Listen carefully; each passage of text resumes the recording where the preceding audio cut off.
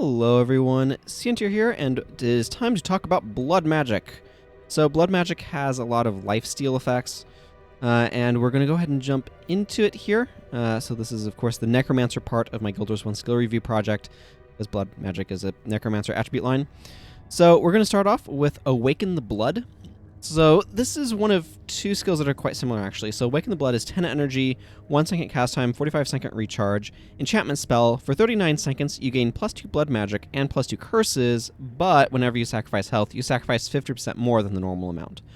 So the Necromancer is like, the Elementalist can also raise its attributes, but the Necromancer is the other profession that can kind of do that. There's Awaken the Blood, and then there's Masochism, which has apparently completely different functionality in PvP, which is something that bothers me a little bit, but I'll talk about that later, I suspect, in a different venue. But Awaken the Blood is the version that raises blood magic and curses. And it does make you sacrifice a little bit more health. Now, you don't always have to bring health sacrifice skills, obviously, but this lets you get either your blood magic or your curses up to a lovely 18 if you really want to. I don't tend to use this all that often, though, primarily because there's just not a ton of advantage. Like, yes, you do get a little bit more out of both of those, and it makes it a little bit easier to have both of them be higher values. Like, you can sacrifice a skill slot, basically, to have them be higher while still keeping, like, another attribute line up pretty well. So you could do something like that if you wanted. I generally would not, like, you could use this for just blood magic or just curses, but, like, for the most part, there's nothing that stands out to me as, like, oh, this is such an important break point to hit that I want to bring this skill. Because, again, you are putting a skill slot into it. From a design standpoint, I think it's interesting because blood magic and curses both have quite a bit of life sacrifice. You can see all of the red percentages, or the red dots with percentages next to them, even now in the skill list, and those are all health sacrifices, which comes off of your max HP, not your current HP, by the way. But the thing is, this is just not one that I tend to use a whole lot. Masochism I use quite a bit because it raises your death magic, and that's useful for increasing your number of minions. But I don't have much use for Awaken the Blood. I think it's an okay skill, but it's very unexcitingly okay. I kind of feel like it's a 3. I don't think it's like... It does what you want it to do. The question is just, do you want it to do that? And a lot of the time, I'm not. I could see potentially wanting to bring it on something that's trying to do a lot of lifesteal or try to get your curses up, or if there's certain breakpoints to hit. It's kind of a low 3. Actually, well, here's the thing. So I would give it a 2 because I think it's best used in specific builds, but just generally it does make your blood magic and curses stronger, and like that's just a general thing that I think is like, because it's just generally useful, I'm going to go ahead and leave it where I've put it, but it's definitely not a skill I tend to bring all that much. Barbed Signet. 8% health sacrifice, 1 second activation time, 10 second recharge. Signet. But before I move on, Awaken the Blood, you notice by default does not last full duration. If you're going to be bringing this, you're probably going to be having your blood magic up high enough where it does last the full duration. I imagine it does at like 15 or 16 blood magic. The +2 will make that even more possible, and an enchanting staff, for example, would raise that by another 1/5. So that would add almost 8 seconds to this duration. So it's easy to get this to last indefinitely. I just wanted to point that out because I just realized that that's something I should mention because I kind of glossed over it. But yeah. Anyway, Barbed Signet, as I was saying, 8% health, 1 second activation time, 10 second recharge. It is a Signet, so there's no energy cost, but does have the health cost. You inflict bleeding for 13 seconds on target foe and all adjacent foes. I am deeply underwhelmed by this Signet. It's not useless, to be clear, because there are some other skills that, in blood magic specifically, that do things if enemies are suffering from another condition. I'm specifically thinking of Oppressive Gaze right here, which says that foes suffering from a condition are poisoned and weakened, and it affects the same area of effect. So I feel like those two skills could work decently well together. 8% health is not the biggest sacrifice. It's fairly minor. Like, you can see that there's a bunch that are significantly bigger than that. So, like, I don't feel like it costs a ton of health, but honestly, I don't feel like it needs to cost any because bleeding is so unexciting. It only lasts for 13 seconds. I'm going to give this a 2. I feel like if you're trying to do stuff with bleed or you're trying to combo it with the Oppressive Gaze skill, this is okay, but this is not what I'm wanting to do most of the time. It's just, again, bleeding, it's not useless, but it's unexciting. So there are other conditions that I'm looking to inflict with Necromancer, and usually that's going to be weakness and cracked armor. There's some curses spells that are really good for doing that. But if you want a condition to like prime the other skill or whatever, you're doing something here, Barbed Signet is technically an option. Just a bit of an underwhelming one. Blood Bond. This is 5 energy, 1 second cast time, 8 second recharge, hex spell. For 10 seconds, target foe and all adjacent foes are hexed with Blood Bond. Whenever an ally hits one of them with an attack, that ally gains 17 health. So that would include like auto-attacking, for example. If one of those foes dies while hexed, all allies adjacent to that foe are healed for 84 health. So this one has a couple of important things to note. So obviously it works really well with melee stuff if you're able to kill things while this is on them, because then that will trigger and they'll get healed. That means that this works notably well with minions, because minions attacking this will get healed. And then if they kill the foe, obviously they also get healed. So this could be a nice skill to bring along to support your minions. It's not necessarily a first choice for that, just because I think that I would prefer something like Barbs and Curses to support my minions, because Barbs will increase the damage they deal rather than add to their longevity. But Blood Bond has some use in that. It's also just a skill that's kind of a nice, convenient utility hex for Necromancer to bring. It does some party support by allowing your party members to heal themselves some. So it's kind of an okay sort of filler skill, but it's actually one that I kind of turn to a good bit just because it's like, this seems reasonably useful, right? So it does go up if you're using more physical attackers. It definitely goes up some if you're using a bunch of melee attackers. If you're not using a bunch of melee attackers, it becomes less exciting. Like I said, it does work nicely with minions. The fact that it affects allies means that it could potentially work well in some sort of mission or quest where you have a bunch of allies. So, for example, it might work well in Vizuna Square, where you're going to tend to have a lot of allies. So, in general, it's a skill that I tend to bring actually a little bit more often than you might initially think, just because I do view it as kind of generally useful utility. I'm going to give it a low 4. I do think, like, this is one of the skills that I think of with Blood Magic, of like, oh yeah, I'm just going to slot this on. So in terms of being like a skill that I kind of like will take from Blood Magic and default slot on, Blood Bond is in that category, so I feel like it kind of earns a 4. It's kind of an unexcited 4. But I'm going to pick it over a lot of the other stuff in here, so just kind of how it goes. Blood Drinker. 5 energy, 2 second cast time, 8 second recharge, spell. If your health is above 50%, you begin bleeding for 10 seconds. Steal up to 56 health from target foe. So this is a lifesteal spell. It is cheap, but comes with quite a few downsides. 8 seconds is actually kind of on the reasonable end for a lot of lifesteal spells. So for example, the default one is Vampiric Gaze, and that's also 8 seconds. Only being 5 energy is nice. Necromancers have really powerful energy management in the form of Soul Reaping, but that does not mean that they have limitless energy. Just almost limitless energy. So, like, being lower energy is nice, but it doesn't count for as much with Necromancer. And having a 2 second cast time kind of sucks. Inflicting bleeding on yourself for 10 seconds is not great.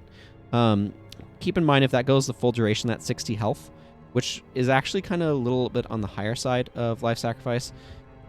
So the 10%, for example, right now would be 45 health that I would lose at 446 HP. So losing 60 HP is certainly more than that.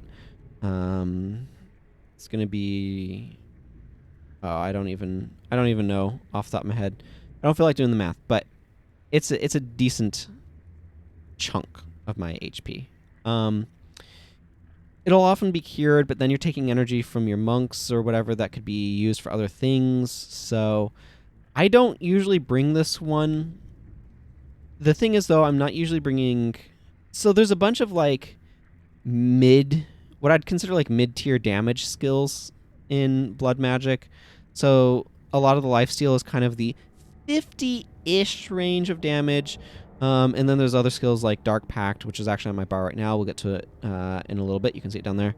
That are like 40, 50 damage. They're armor ignoring. They have kind of lowish recharges, but they're unexciting. They're uninteresting. The lifesteal is obviously nice because it means that you can heal yourself by using it. And technically in curses, there's a sub-theme of sending out conditions to enemies. You could combo this with those, although obviously that does have some restrictions in the sense that what's the phrase that I'm looking for? You need your healers to not remove the condition from you in order to do it. Only 10 seconds, again, like, you're sending that out. So basically what I'm coming down on is, like, Blood Drinker is a very meh skill to me. I'm going to give it a 3. I don't really have a time when I really want to use this. I'm not, like, upset to bring it with me, but I'm not wanting to bring it with me. And this is the fundamental issue, right? Think about what the role is that your character's trying to play. If I'm trying to get damage out of a Necromancer, there are other ways that I'm wanting to do it that are more efficient. That are going to be able to get more damage out for the energy and the skill slot in particular. If I'm just winning damage, I'm better off going with the like Mesmer route or something that way. And it depends upon the area. Elementalists can be solid for damage in certain areas.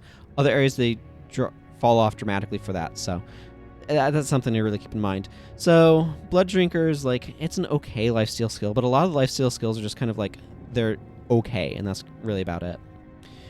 Blood Renewal.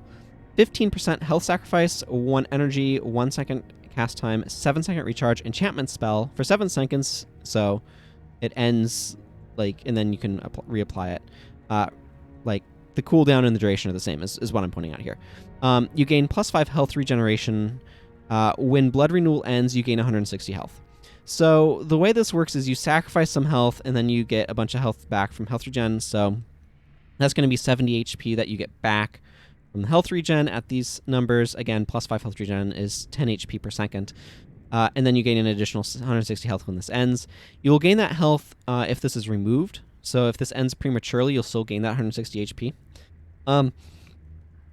This is another self-heal skill. Necromancer actually has an inordinately high number of self-heal skills. So all of the lifesteal kind of functions as self-heal. There's some in like death magic that interact with like your minions or corpses and things like that are self-heals. And there's a few other ones as well. So in terms of self-heals, I generally just give them 2s. You don't want them a lot of the time. This one is nice in that it does give you some of that buffer, but it does take a bunch off the top. It is very cheap to use, but I'm going to go ahead and give this one a 2, just because most of the time I don't want this. I don't want a self-heal. This is an okay self-heal as far as self-heals go, and I actually like this one quite a bit in pre-searing Ascalon, which is a very narrow situation. But I have a this is the self-heal for Necromancer that you get there. And I have a Warrior Necromancer as a Legendary Defender of Ascalon. And I certainly like Blood Renewal on her. But it's, again, I'm not generally bringing them. Hello, Blood Ritual. So Blood Ritual is 17% health sacrifice, which is kind of a strange number, but here we are. 5 energy, 2-second cast time, 2-second recharge. This is an enchantment spell for 13 seconds. Target touched ally gains +3 energy regeneration. Blood Ritual cannot be used on the caster. So this is a spell that you can use for something that's called battering, being a battery. It's referring to a build whose purpose is to charge other characters' energy, or it's got elements of that.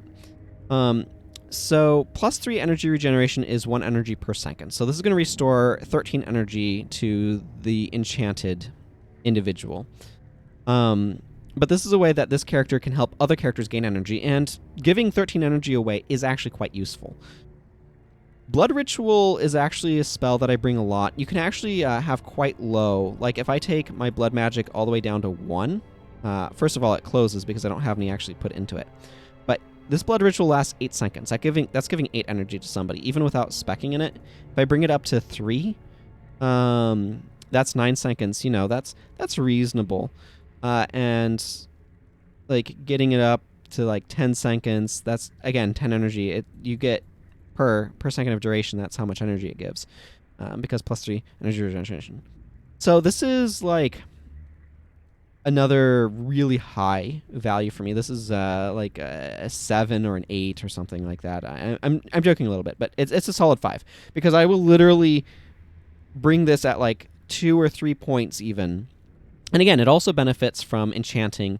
Enchanting would make this last in about another 2 seconds, which is, you know, another 2 energy. But this sort of thing really adds some longevity to like your mesmers and your monks, your healers, because this additional energy does not cost them anything, right? It costs you 5 energy, but they just raw get this energy over time. This is a non-elite way of doing it. You can get okay returns with very little investment in blood magic. So I actually bring this quite a lot, just as a way of passing out additional energy. So I'm quite fond of this spell. Now, the health sacrifice does generally require healing, so there is some downside in that regard. That's important to be aware of. But I really, really like this effect. I typically will, like, this basically means that I can bring this as an energy management skill for this character that does not take up their elite slot, whatever character I'm bringing it on. They can help keep the other character's energy up, and it does not require me to bring energy management skills on other characters in order to get that energy. So I'm a huge fan of this particular spell in that regard. So I often try to bring it. It really does help add some sustain or longevity to your party. So even just one blood ritual can ease a lot of that sort of pressure. So I am quite fond of this. Blood is Power is basically an elite version of Blood Ritual. It is a 33% health sacrifice, a 1 energy activation, and a quarter-second cast time. There is no recharge on this. It does have an absolutely enormous health sacrifice. It's an elite enchantment spell. For 10 seconds, target other ally gains +5 energy regeneration. I believe you can get this up to like +6, which will generally cap it out for most characters. So the 1 pip of energy regeneration is a third of an energy. So this is almost 2 energy per second. So this is almost giving 20 energy. The 1 energy cost on your end is very, very cheap. And the quarter-second cast time is really nice. Having no recharge is phenomenal. 33% health sacrifice is enormous. You are going to demand healing from your healers if you're bringing Blood is Power. You're also taking up your elite slot.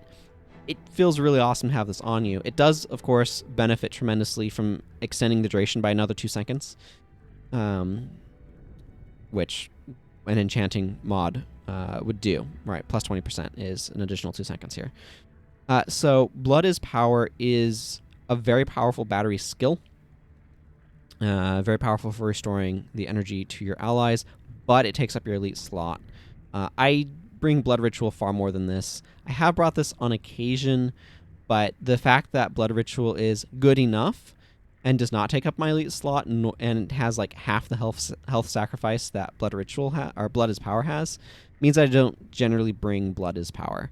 So this is like a 3, because like it's going to be useful if you bring it, unless you're doing something weird where it's like a party full of like warriors or paragons or something. But it is going to be really, really useful to bring because it does allow you to give a huge amount of bonus energy to other party members This is an incredibly powerful way of doing that, but it has the biggest downside, honestly, is the elite status. Blood Ritual, like I said, is good enough that not being an elite means that I'm going to bring that far more often than I'm going to bring Blood as Power. But Blood as Power is sweet. Very, very good for that. Blood of the Aggressor. And actually, I should mention that having this sort of mechanic in a profession that's like, oh yeah, and this profession can restore energy to other characters, is really nice to have in the game, in that it allows you to kind of say, okay, if you want energy, these are ways that you can kind of get it to your party. It allows you to be able to build around some of those things, to build energy management into your party in different ways. And I really appreciate where this is sitting design space-wise, both of these skills. Because I think that that's an effect that's useful to have. You're trading resources, you're trading your health and a little bit of energy for party members to gain energy. But I think that it's useful to be able to do those sorts of trades, and it's really interesting that these spells they're capped not by recharge, and not even entirely by their own energy costs, excuse me, but by the health sacrifice on them, and I think that's really interesting. So from a design standpoint, I really like where these things are sitting. And they also, because they're regen and they don't give the energy all at once, they have a little bit of a different play to them than if they just straight up is like, target ally gains, 17 energy or whatever this actually gives. So like this is basically 1.6. So this is going to give about 16 energy. So... It is interesting, by the way, also, that this scales on energy regen pips, and this scales on duration. Okay. I appreciate, basically, that these are working at different angles. Blood of the Aggressor, as I was saying, this is 5 energy, 1 second cast time, 5 second recharge. Spell, steal up to 37 health from target foe. If that foe is attacking, that foe suffers weakness for 10 seconds. So this is one that I have brought on occasion. It tends to be a bit more of a go-to. The recharge and energy cost and cast time are all relatively low for a lifesteal spell. Obviously, 37 damage is also very low. You're more bringing this because it does some incidental damage that inflicts weakness, because weakness is a very useful condition to apply because it dramatically decreases damage. So of these sort of like random lifesteal skills, this tends to be the one that I am bringing the most. So I'm going to go ahead and give this one a 4. It is a little bit of a low 4. I often do have blood magic on my necromancers because blood ritual is really good, as I was mentioning previously. But I'm not often bringing blood of the aggressor when I'm doing that. I'm often going to be more focused in curses or death magic than blood magic. So curses has better ways of inflicting weakness, and often if I'm in death magic, I'm bringing a wall of minions, at which point, like, weakness is useful, but it all varies a little bit. But Blood of the Aggressor is certainly one that I do bring. And what makes this a better design, or a reason why I bring this design, is because it has that inflict weakness clause. It has that small damage, yes, but I'm not bringing it for that damage, I'm bringing it for the weakness, and that means that it's more appealing. So it has a different angle that it's playing than just ideal damage. And that's kind of important to making it appealing, because a lot of the Necromancer damage is actually quite unexciting because of stats attached to the spells. And we'll see that when we get to like Life Bane Strike and stuff down below. So, Cultist's Fervor. This is a strange one. So, it is 5 energy, 1 second cast time, 25 second recharge, elite enchantment spell for 5 seconds and 3 seconds longer for every rank of Soul Reaping. So, for example, at 10 Soul Reaping, this would last for 35 seconds. Your Necromancer spells cost -5 energy to cast, but you suffer from bleeding for 10 seconds each time you cast a Necromancer spell. This is a really interesting design.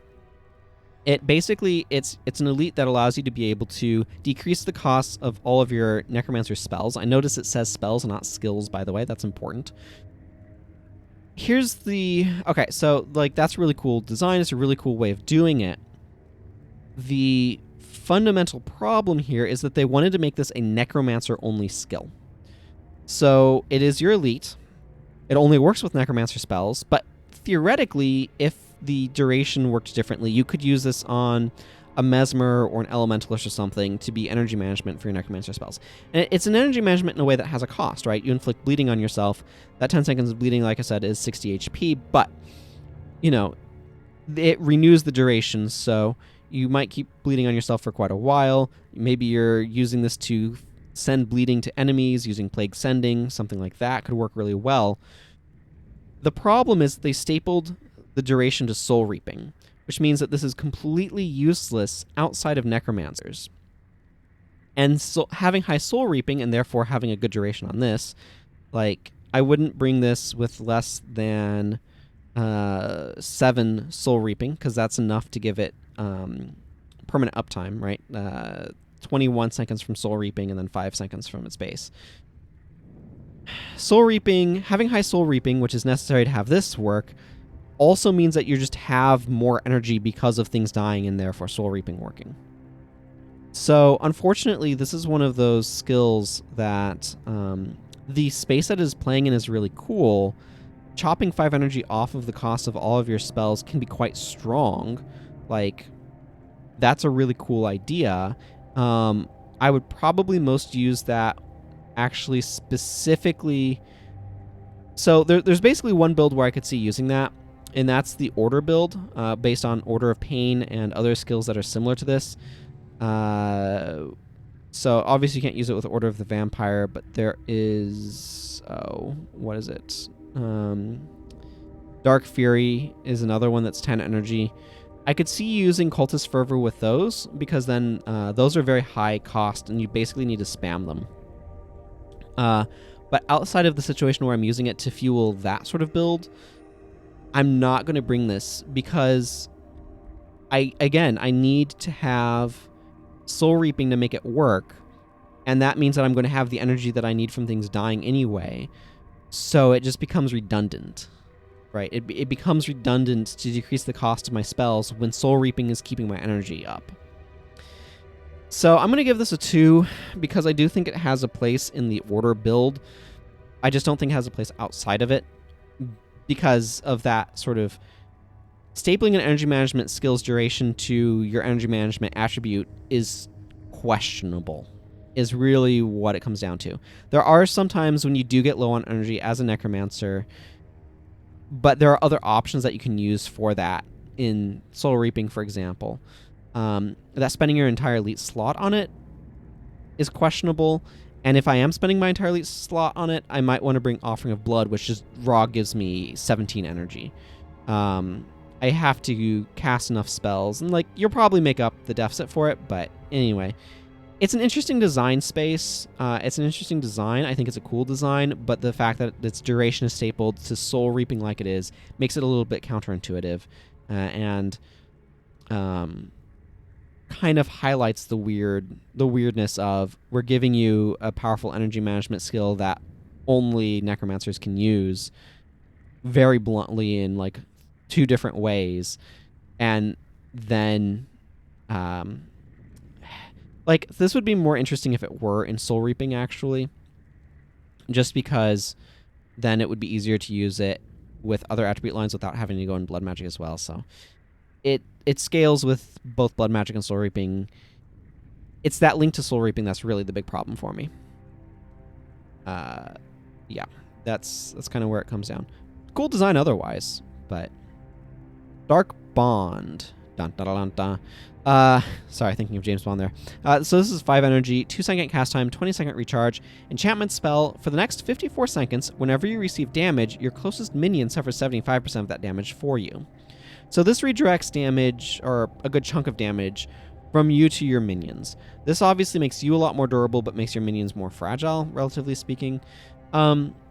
Honestly, this is not something that I particularly use, because I have other professions to keep my minion master up, like my healers, like my ritualists and monks that I typically have with me.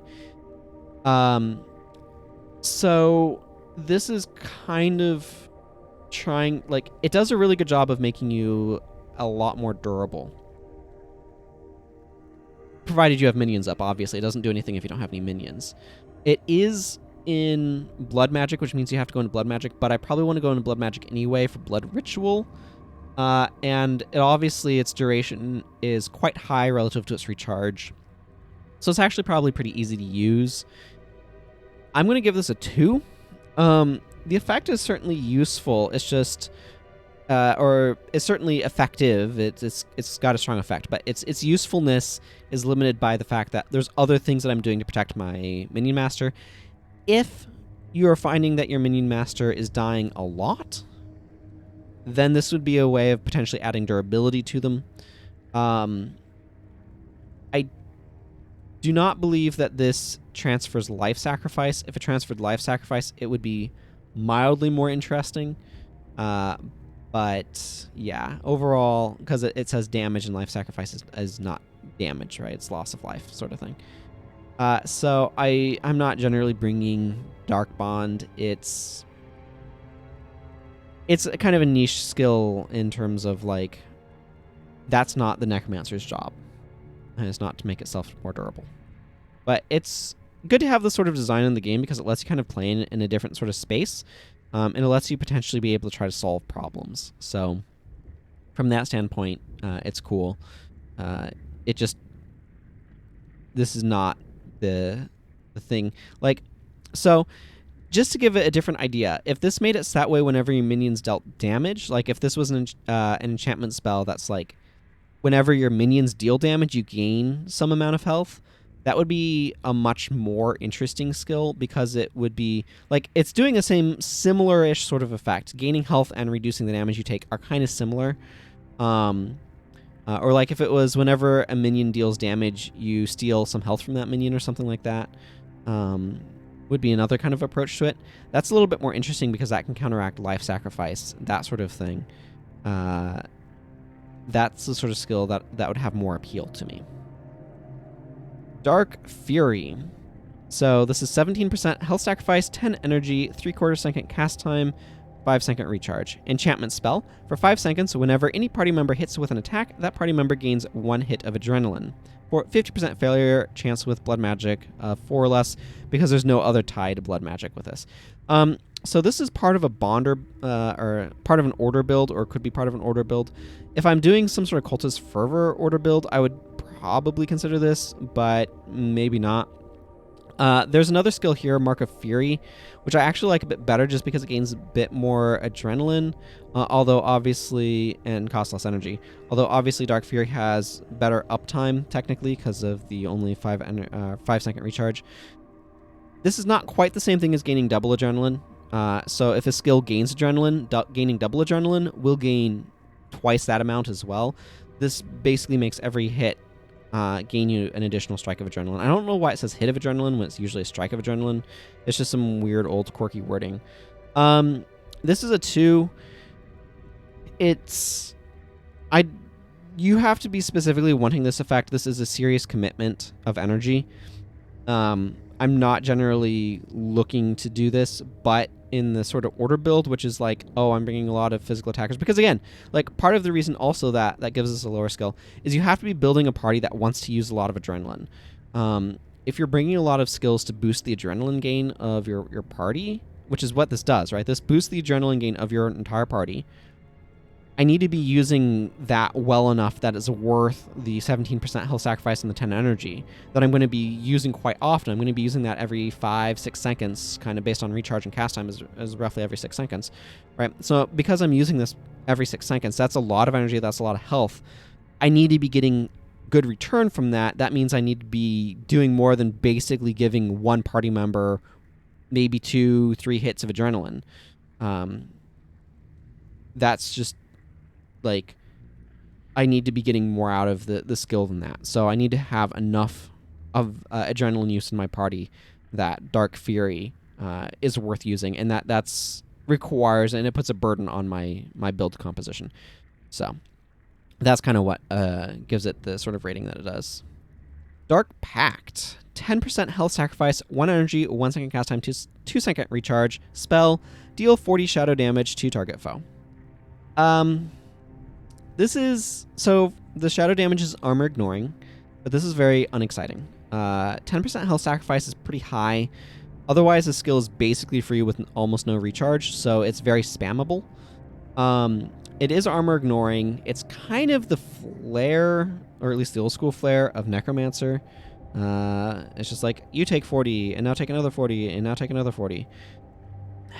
It's like, it's fine. It's a 3. It's unexciting. The health sacrifice is definitely a big deal. You can chew through your health with this. There's no, like, you can do stuff to try to boost the damage, by which I mean you can go 16 in blood magic and bring Awaken the Blood to make that 15% health sacrifice for some additional points of damage. I'm just unexcited. Like, this is not what I'm trying to do with my Necromancer. If I myself am playing a Necromancer, then there's a really good chance I'm going to want, like, Necrosis, which is a PvE-only skill we'll talk about later. Because this does 90 damage on a 2-second recharge with no health sacrifice, although it does take 5 energy.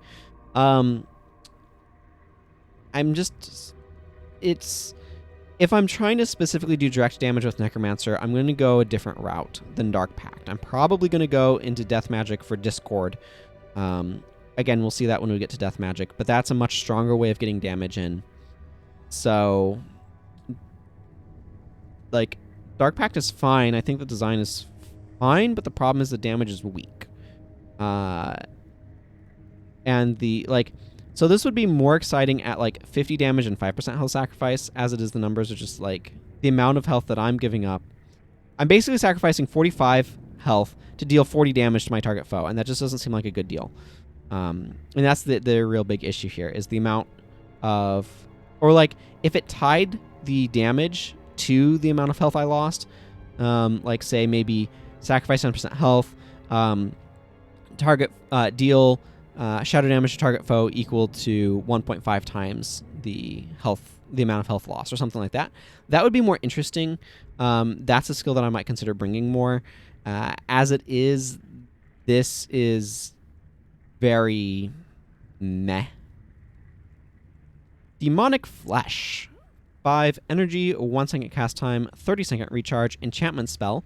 For 54 seconds, whenever you use a skill that targets a foe, you deal 17 shadow damage to all other foes adjacent to you. So keep in mind that this does not affect the foe you target. That's really important. Also keep in mind that this says whenever you use a skill that targets a foe. That includes, like, attack skills, for example. Now, it is area of effect around you. There are some Necromancer skills that you can use this with. Specifically, there is Touch of Agony and, like, Vampiric Bite, and their equivalents, Vampiric Touch and Wallow's Bite, that you can use that are touch range skills that will trigger this. But because you need to be next to an enemy, I actually prefer this on a secondary Necromancer. Assassin is probably the profession that I like this best on, because it's whenever you use a skill that targets a foe that you do this. This might be the skill that I was thinking of that combos with, or that you used to combo with missed or failed assassin skills, where it's like you target this guy and nuke everything else around you down. I'm not sure on that. But the reason why this works so well on Assassin is because Assassin really wants to spam a lot of attack skills on a target.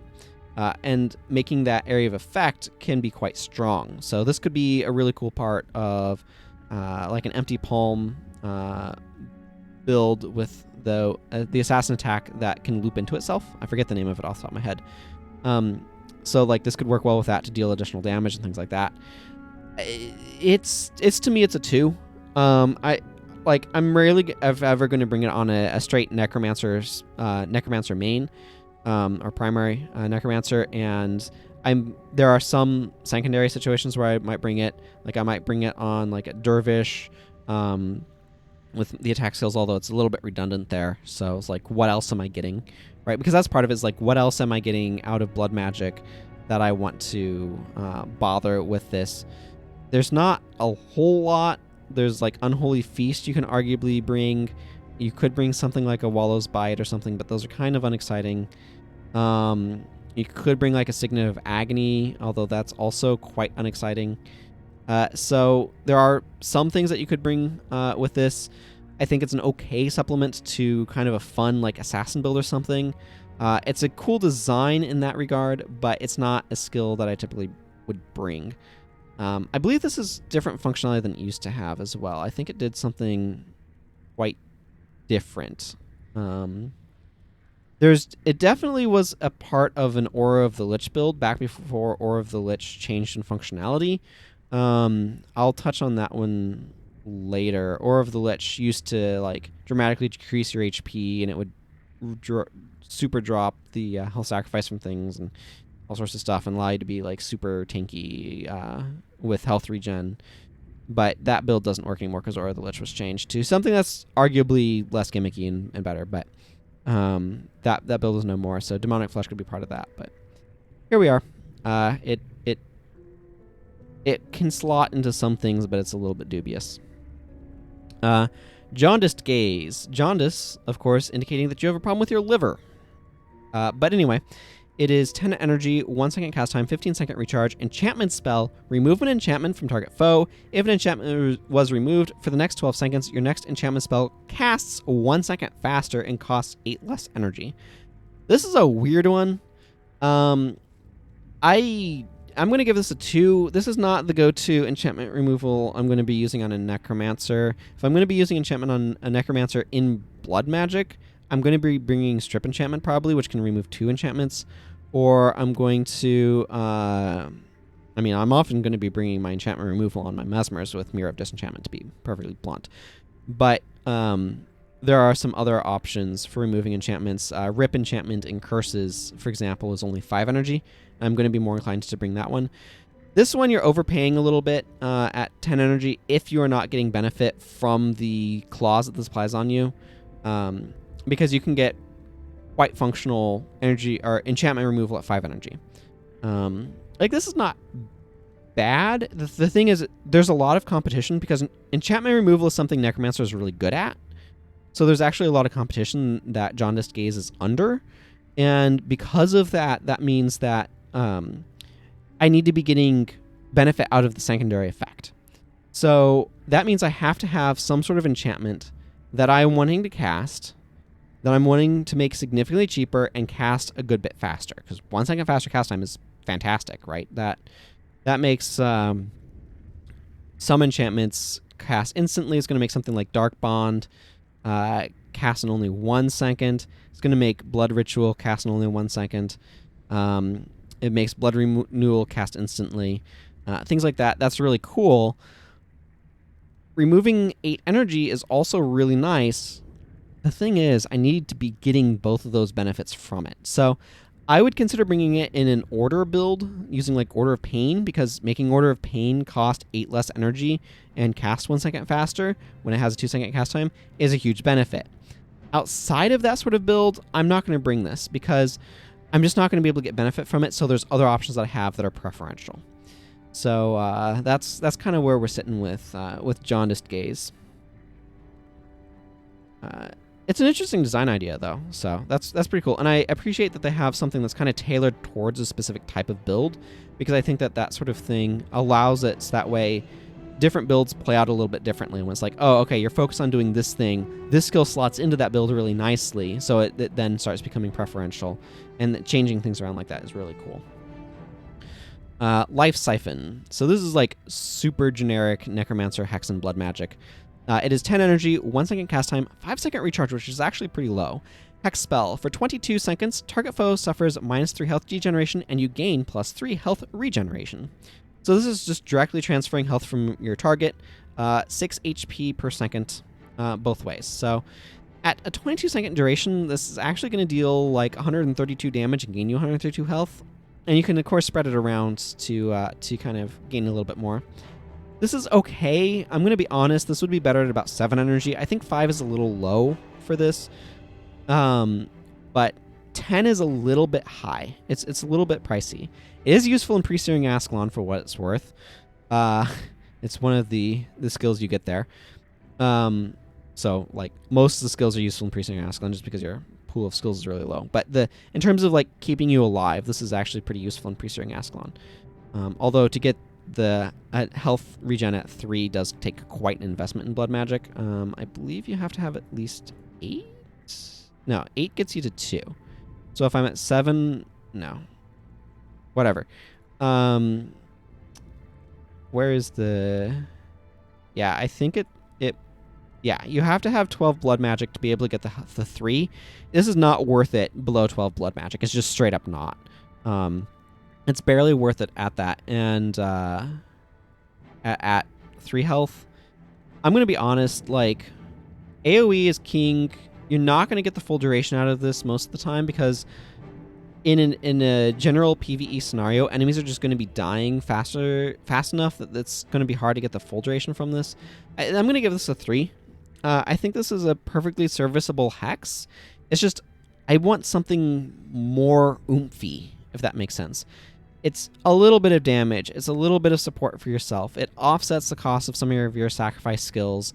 It definitely becomes more attractive if you're trying to do something with like Dark Pact or whatever, where you can be offsetting some of that. But Dark Pact is going to chunk you for so much health so quickly that's just like, it's not compensating sufficiently. So Life Siphon is okay. It has a quick recharge, but it just costs so much energy.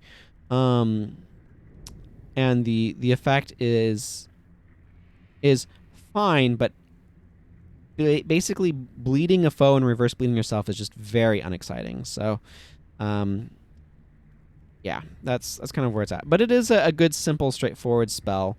That's nice to have in the early game just to get a feel for what Necromancer is like. It kind of gives you a feel for what Necromancer is about, and I do appreciate that. Life Transfer. This is basically the elite version of Life Siphon. It is 5 energy, 1 second cast time, 20-second recharge, though, which is quite long, but it kind of makes up for it. It is an elite hex spell for 11 seconds. Target foe and adjacent foes suffer -7 health degeneration, which you gain as health regeneration. So this is quickly going to max out your health regen if you're actually able to get that area of effect. Because if you get like at least 2 foes with this, that's 14 health regen, which really that's max. That's 20 HP per second. Because it caps out at 10, so you're only going to be able to get 10 of that. This is significantly stronger than Life Siphon though, because that's burning levels of health degen. So this is like an 11-second burn on an enemy.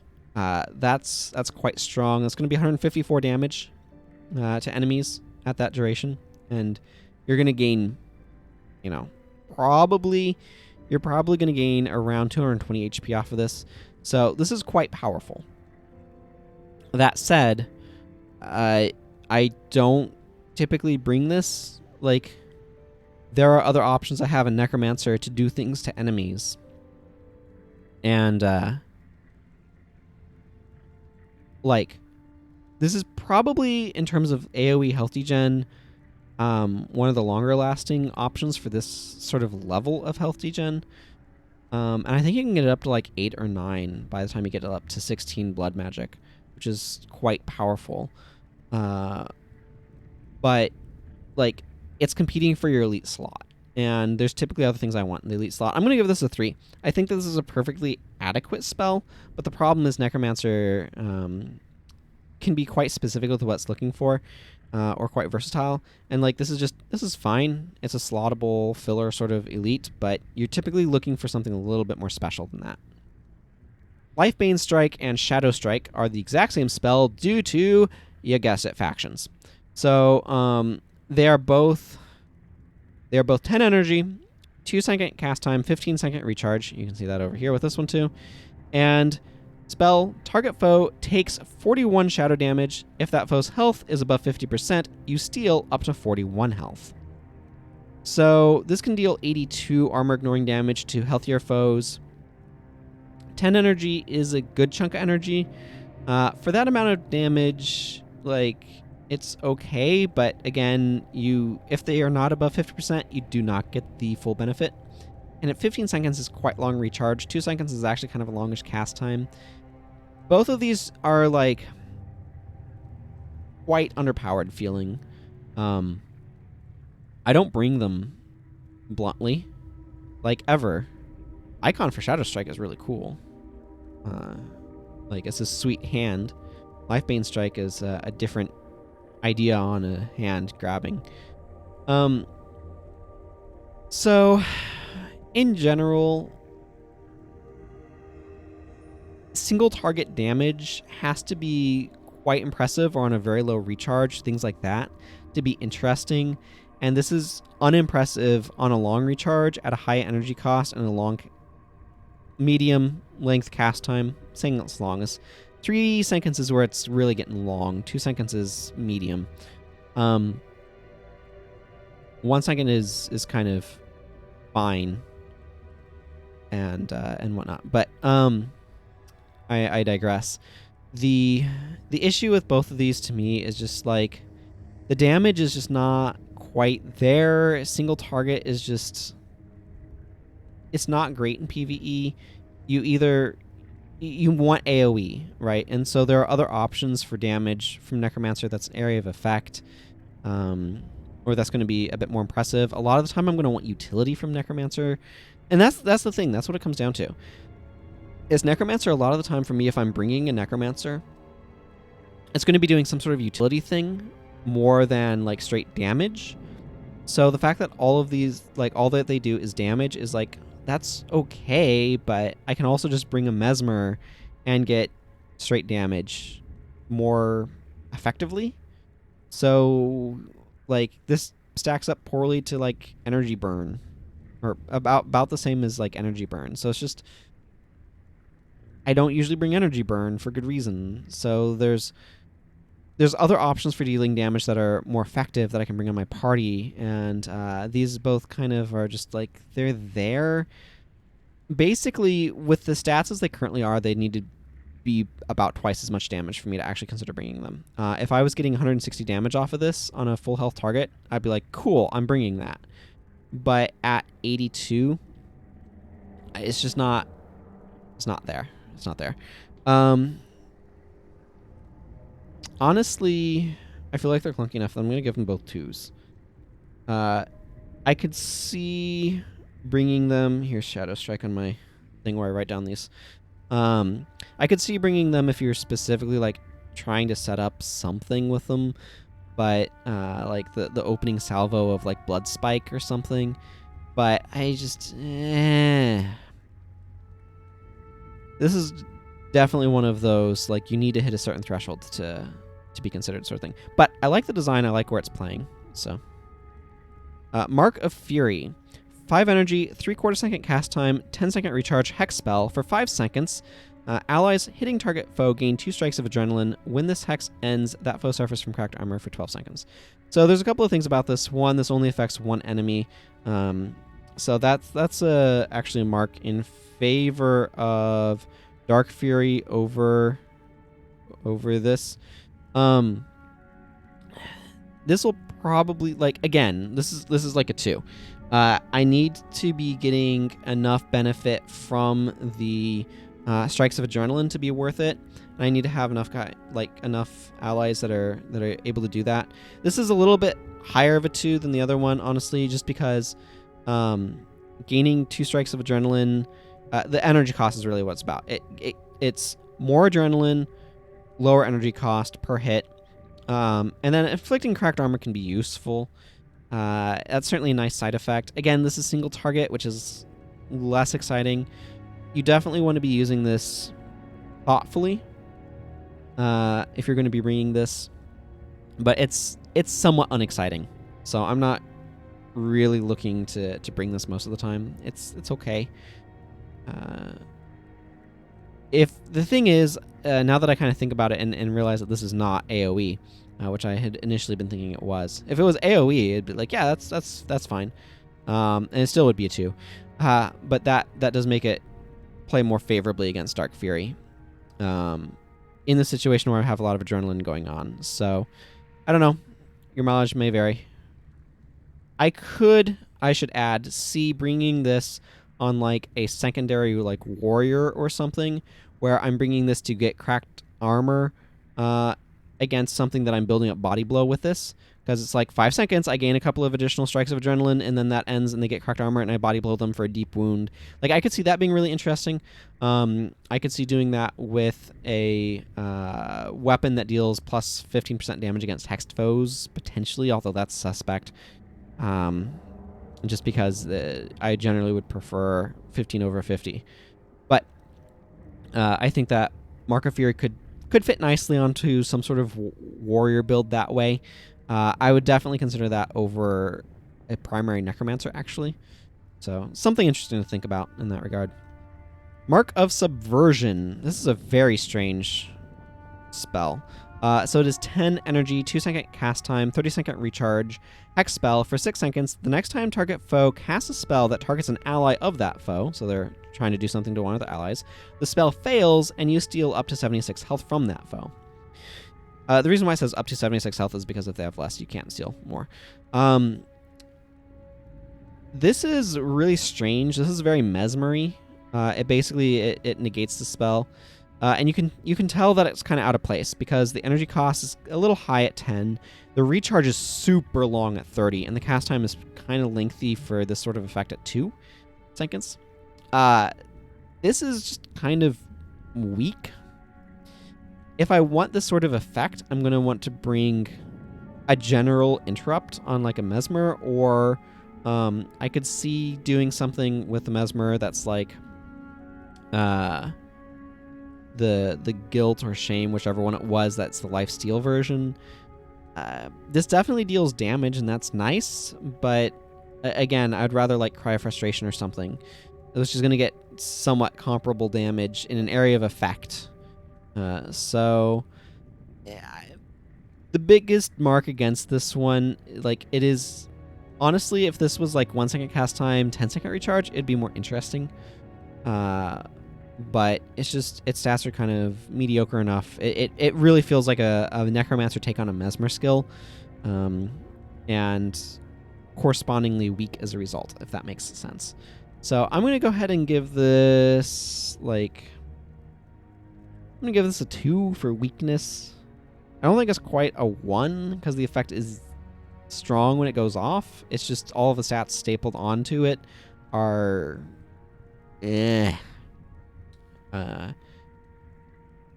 this is one of those things where it's a good time to ask yourself of, like, if Profession A gets an effect and Profession B, you're like, I kind of want to give them like their version of that effect, but they're not as good at it, so it's going to be weaker. Is that a skill worth making? Because if the person's just going to bring Profession A's version and never Profession B's, you've kind of just made a skill that has no point in existing.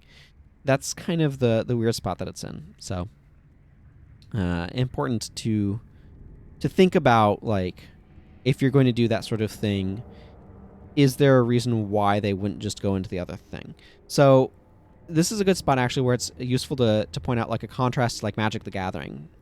In Magic the Gathering, you can find things that are a different, same effect as another color gets, that is just a bit weaker version that your color then gets to have. And that slightly weaker version can still see use, because you might not, there might be many reasons why you're not going into the color that's better at it. For example, you might be playing Commander where you can't. So having those effects then becomes like, okay, I guess I will pay more mana for this effect that I don't typically get, just because I'm getting it now and it's a way that I can actually use this. But this game doesn't generally have that, so it has much less use. So that's another sort of angle to keep in mind. If you're like, oh, I want to spread this effect to another thing, well, is it going to be good enough to actually use it if it's in that thing? Like, is that something that I consider? And in this case, I don't. Mark of Subversion is not. So, Offering of Blood. So this is 20% health sacrifice, which is a full 5th of your HP, because those numbers are the same. 1 energy, quarter second cast time, 15-second recharge. Fun fact, this used to be 5 energy before they introduced 1 energy skills. I would actually really love to know from Arena, because the Necromancer has some 1 energy cost skills attached to usually health sacrifice skills. They originally didn't have that. I really want to know if it was just an intentional design decision to bucket energy costs in very specific ways. So originally it was 0 on things like Signets, Adrenaline skills, 5, 10, 15, and 25, and then they added 1 later on, a bunch of sacrifice skills in Necromancer. And I'm curious to know, or I would be curious to learn, if that was some sort of restriction that they couldn't have more energy costs. I don't know why they couldn't. Like, I've done mental exercises of like, how would you be setting this up that it would have some sort of limitation that way, and I couldn't come up with any reason.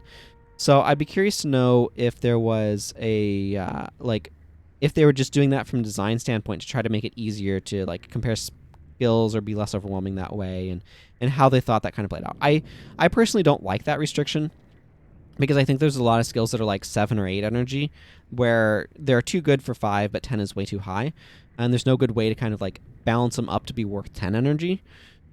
So that's kind of not without like changing the effect. So that's one of those things where like I would be curious to know why they decided to stick to that, and why they skipped 20 as well would be another question that I'd like to ask. But anyway, that's kind of neither here nor there. That's some random trivia. So this is an elite spell. You just straight up gain a chunk of energy, 18 energy in this case. This is dubiously useful is energy management for non-necromancers. When I say dubiously useful, yeah, it gives you a bunch of energy, but you're sacrificing a bunch of life for it. So you have to kind of balance it against that. And if you're going into a secondary profession for energy management, you have a couple of options. You have Glyph of Lesser Energy from the Elementalist, and there's, and especially if you're giving an elite slot, there's like energy drain and stuff from Mesmer that you can be looking at that doesn't have health sacrifices on it. So this does have a very low recharge at 15 seconds. That's actually pretty low for energy management stuff of this caliber. This is gaining you a lot of energy. So you do have some considerations. This was run in PvP on some monk builds. It's a 2. I think if you need this sort of effect, this is a really, really, really strong way of getting it. This is an incredibly efficient energy regeneration skill.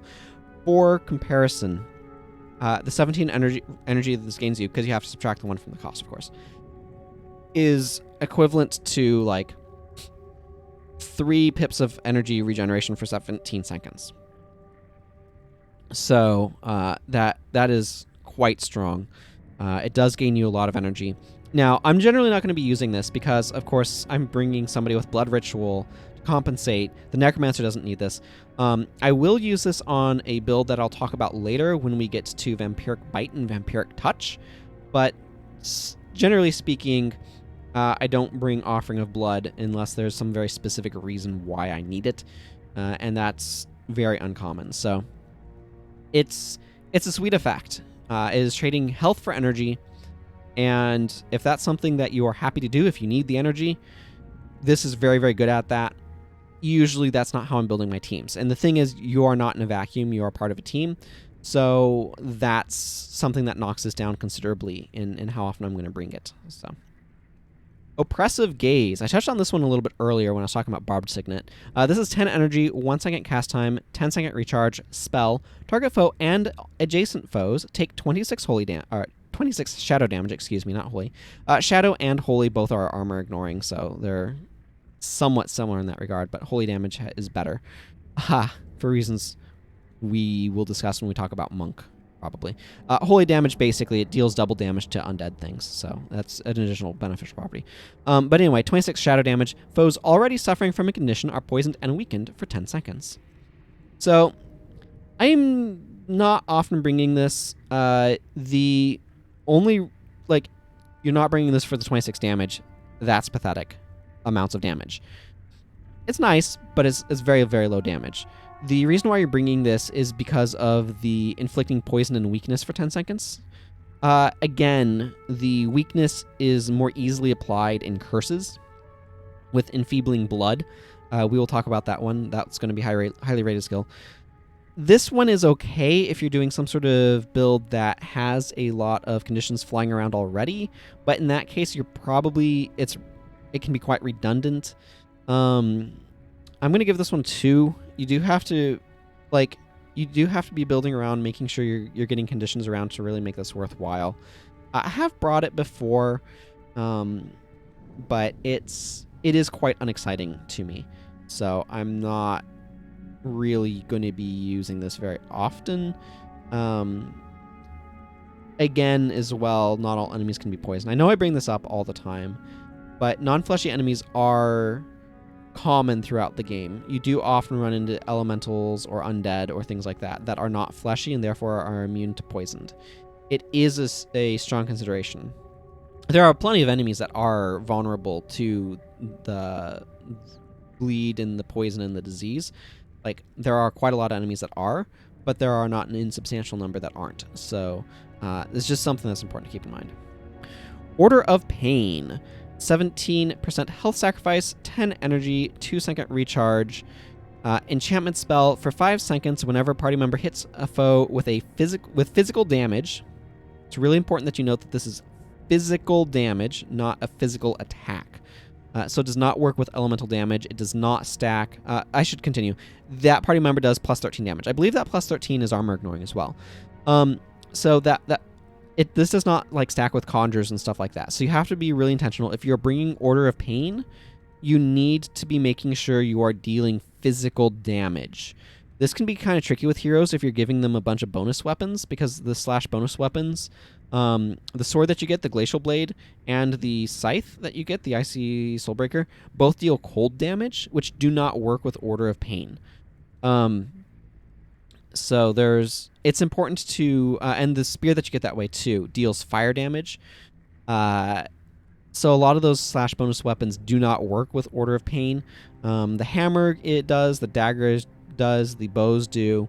But that's just something to keep in mind and be aware of, that there is sort of that caveat. This is a 2. You do have to really be building around this. You really need to be bringing physical damage dealing party members. You want to be bringing like barrage rangers or dervishes with scythes that deal physical damage, so you can take advantage of this effect. This is a specific build. It's a specific order build. This is not something you just willy-nilly throw on a bar. So you're bringing Order of Pain. If you're doing that sort of thing, there's a good chance you are going to want something like Dark Fury. It is very energy intensive. You might want something like Offering of Blood to kind of counteract that. It can be powerful. It adds a lot of additional damage to physical attackers. I'm not going to want to bring it in areas that have a lot of very high armor targets nonetheless, just because physical damage tends to drop off. But it certainly is a consideration. It works well with assassins as well, for increasing their damage. So it's good at increasing damage. It is a very specific build. Your Necromancer is going to be chewing through their energy because you're spamming this every few seconds to get it back up and to keep it up. So it does become very energy and health intensive. All those things are important to keep in mind. But the effect is powerful and is a really cool build around me type of effect. Order of the Vampire. So this is very similar to Order of Pain, except it has some weird text in it. So this is 17% health sacrifice. It is only 5 energy. It is a 2-second cast time and a 5-second recharge. So it's a little bit harder to keep up than Order of Pain, although I think the AI is probably going to keep them up pretty similarly. This is an elite enchantment spell, and for 5 seconds, whenever a party member who is not under the effects of another Necromancer enchantment hits a foe with physical damage, that party member steals up to 13 health. Originally, that line, not under the effects of another Necromancer enchantment, was not there, and this would stack with Order of Pain, and so an order build would be Order of Pain and Order of the Vampire. Stacking both of those together, of course, they are the same amount of additional damage, so you get 26 additional damage. That meant something like a Barrager or something like that could deal a lot of additional damage. That was apparently quite powerful, so they decided, hey, we're going to take the Elite and we're going to nerf it into uselessness. I'm not joking. I'm going to want Order of Pain over Order of the Vampire. Order of the Vampire is more able to just casually slot into a bar for what it's worth, but you still have the same build around restrictions. You still have to be making a party that's dealing physical damage, the whole 9 yards. It is as awkward to use as Order of Pain is in terms of the imposition it places on your party composition. Its reward is better because stealing health is better than just dealing plus damage because it keeps your party member more alive. You can offset that some with Blood Bond, obviously. But this takes up your elite slot, and it does not stack with Order of Pain, and it does not stack with Dark Fury, whereas Order of Pain does. So for me, I'm going to give this a 2. It's a very low 2. You can use it if you're trying to do sort of an order adjacent sort of thing, where you're like, hey, I want to be more energy efficient than Order of Pain is. I'm not going to bring the other enchantments.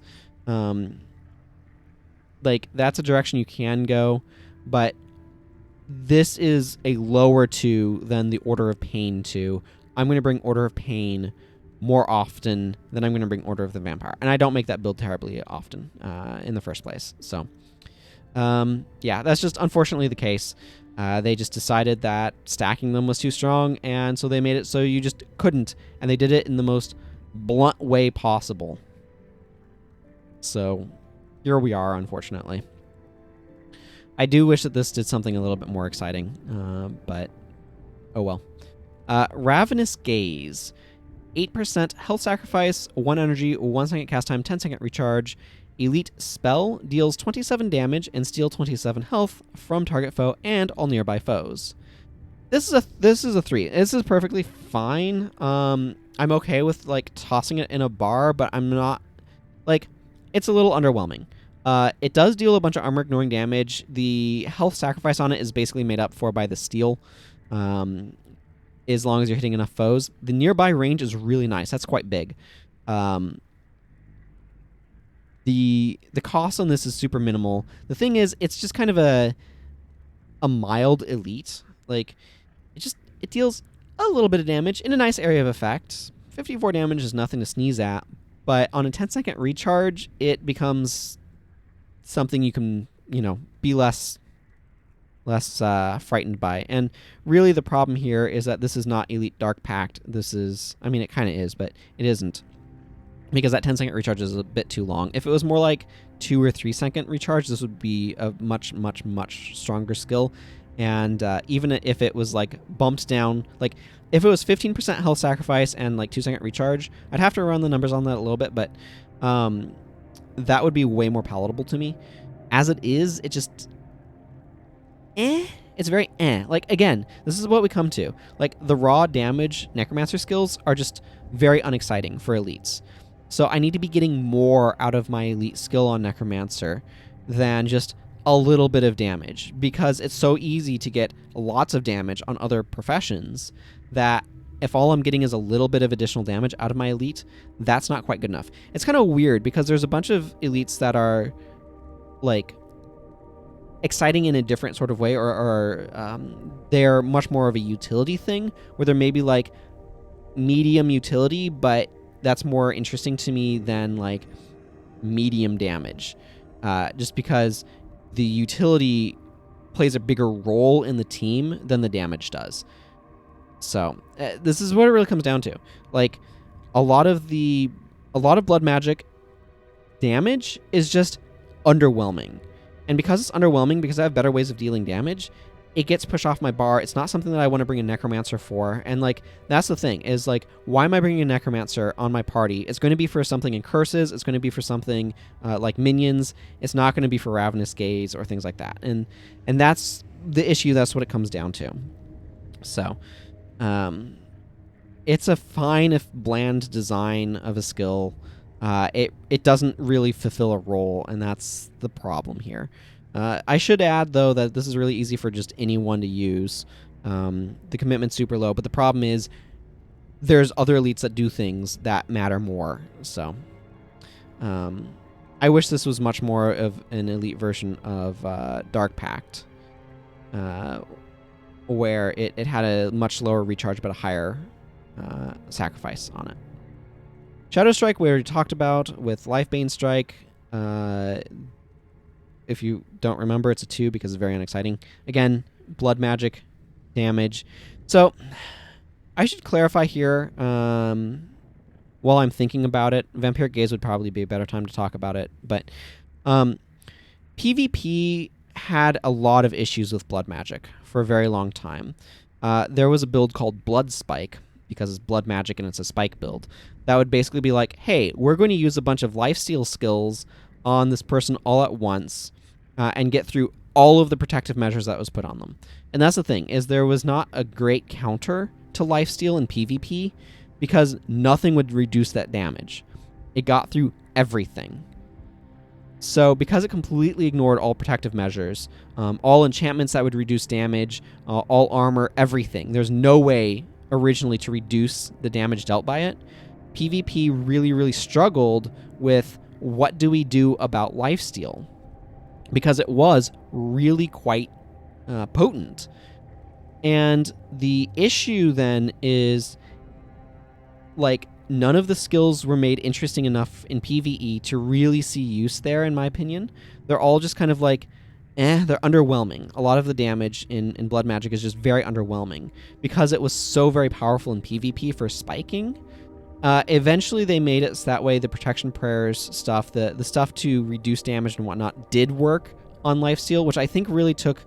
it really made it unexciting because it just made it like shadow damage. It just made it another generic type of damage that just happens to gain you health at the same time, rather than like specifically a thing. It was much cooler in my mind when it was a specific thing, but I understand why they did it, because they could not figure out how to balance it in this case of Blood Spike. So it's just unfortunately how things ended up, and I wish that they had just split them a lot more, PvE and PvP, and made the PvE versions a lot more exciting.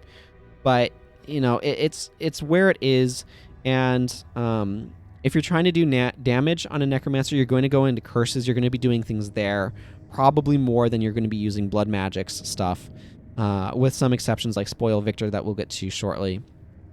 And you're probably going more for minions or disruption or more support type things.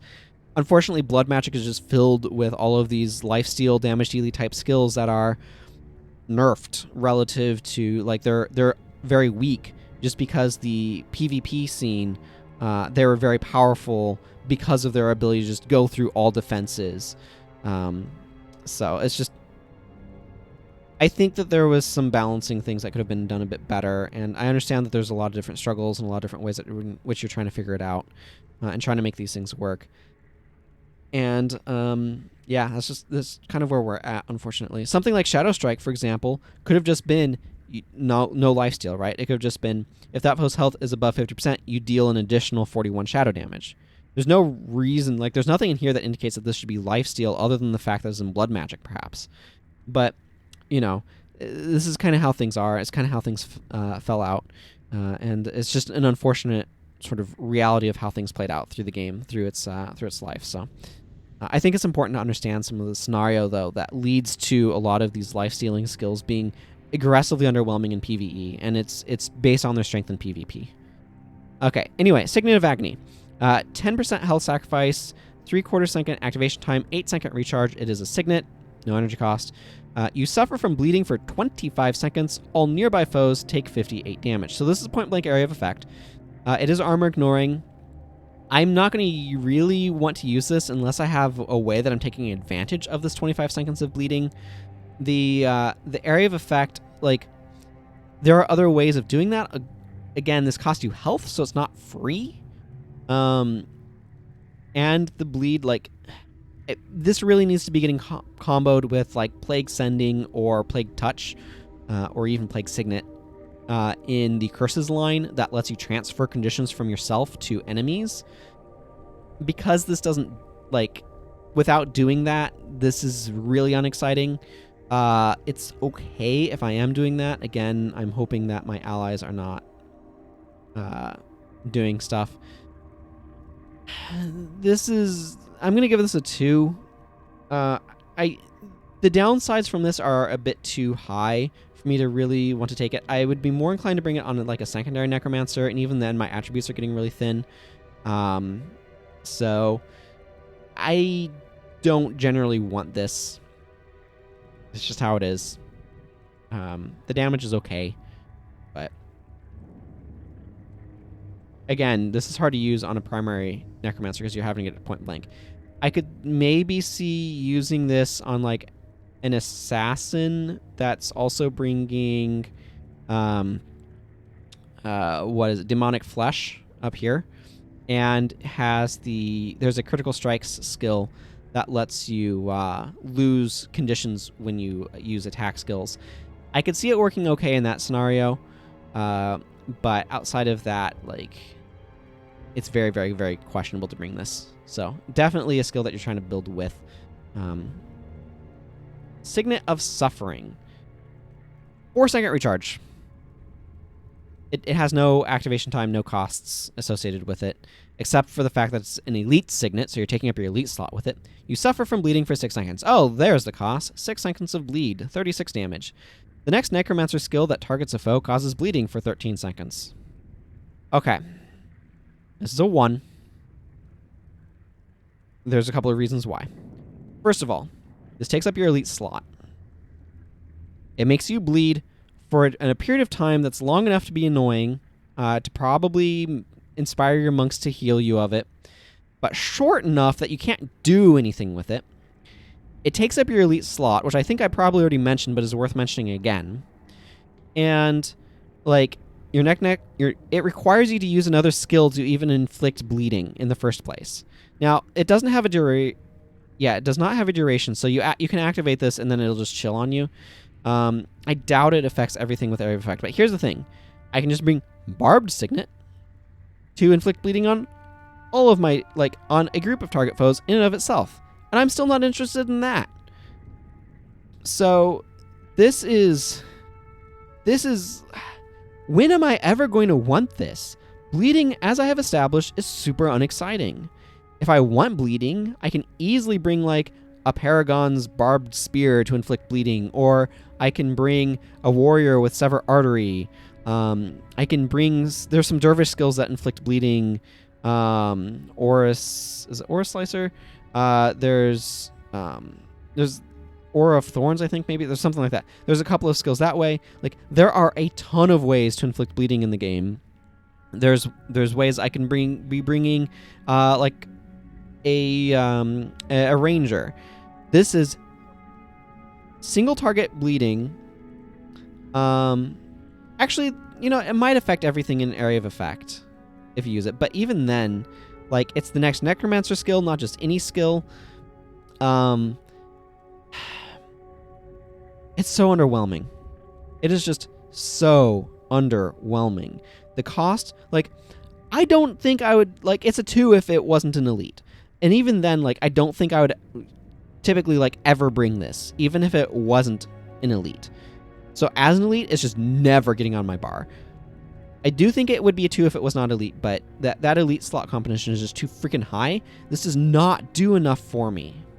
So, hooray that it can inflict bleeding, I guess, but this is such a suspect skill. I have no reason to bring this. Soul Leech. Soul Leech is 10 energy, 2-second cast time, 15-second recharge, elite hex spell. For 10 seconds, whenever target foe casts a spell, you steal up to 67 health from that foe. If this sounds familiar, it's because it is an elite version of Backfire, the Mesmer domination magic hex. That costs a bit more energy, has a bit longer cast time, but is a friggin' Mesmer spell, so it has less cast time because it's Mesmer casting it. It has a short recharge because it's a Mesmer... if I make this guy... Where's Mesmer? Mesmer secondary. I'm not going to throw the attributes into domination magic to make it exciting, but we can at least look at... Yeah. So here's Backfire. It has a 20-second recharge, but that's going to be decreased a good bit but from Mesmer being Mesmer and having fast casting. So this also has a 10-second duration, and it deals damage. Now, this will, at like 12 or whatever, will deal... now I need to go up into that, so that way I can properly compare these two. There, that's enough. Where's Domination Magic? Here we are. So here's the thing. Soul Leech is directly competing against Backfire. Now Backfire at 12 Domination Magic has 119 damage. It is more energy. It is a longer recharge. It is a longer cast time. Fast casting helps 2 of those. It drops the recharge and the cast time. They both last 10 seconds. Backfire just straight up deals more damage.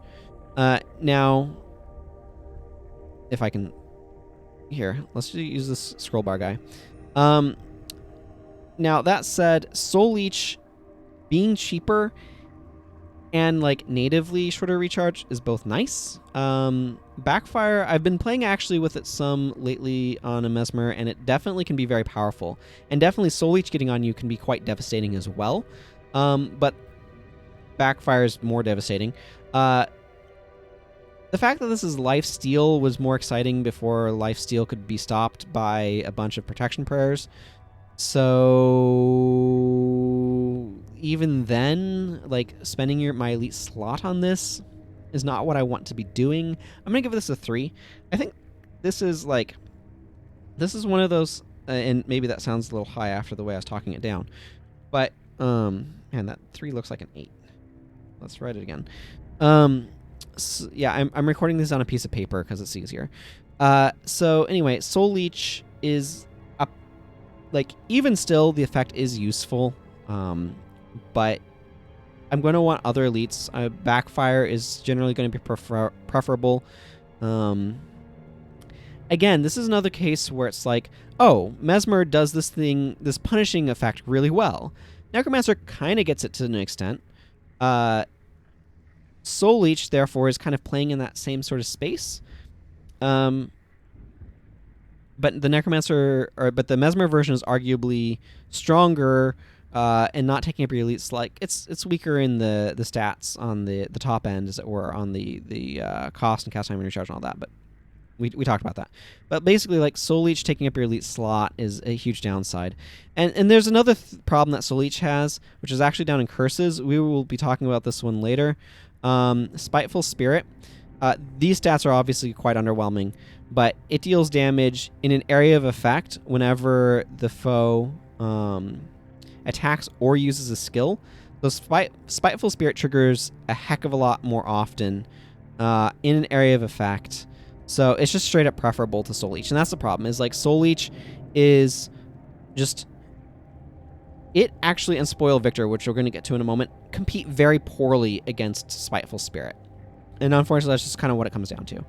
So I think it's an adequate skill, but it cannot quite compete with Spiteful Spirit. And it struggles to compete with Backfire. So here we are. If this hexed multiple foes, then it would be absolutely worth it and phenomenal. But only hexing one foe means that it's not quite good enough for me most of the time. Spoil Victor. 10 energy, 1 second cast time, 10 second recharge, elite hex spell for 13 seconds. Oh, look, 100% uptime. Whenever target foe attacks or casts a spell, so it does not trigger on all skills, but spells is a nice range. On a creature with less health, that foe loses 85 health. So basically, to kind of summarize the way this works, if you are hexed with this and you attack or cast a spell on something that has less health than you do, you lose 85 health. This is a 2 for me. It is actually quite a powerful effect, but you have to be having less health than the thing you're putting it on. That certainly comes up in PvE. However, Spiteful Spirit, again, because it just works, doesn't have any restrictions like that, is preferable.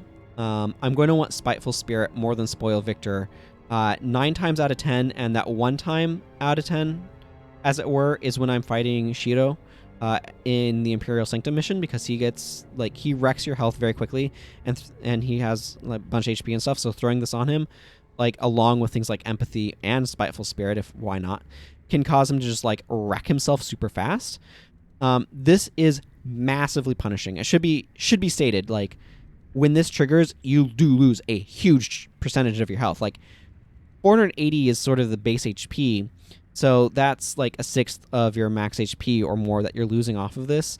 So, like, this does deal a lot of damage. This is very punishing when it triggers, but it is a little unreliable. It probably works pretty well if you have a lot of minions or spirits or something, just because those things are gonna be lower level and therefore prone to have low HP.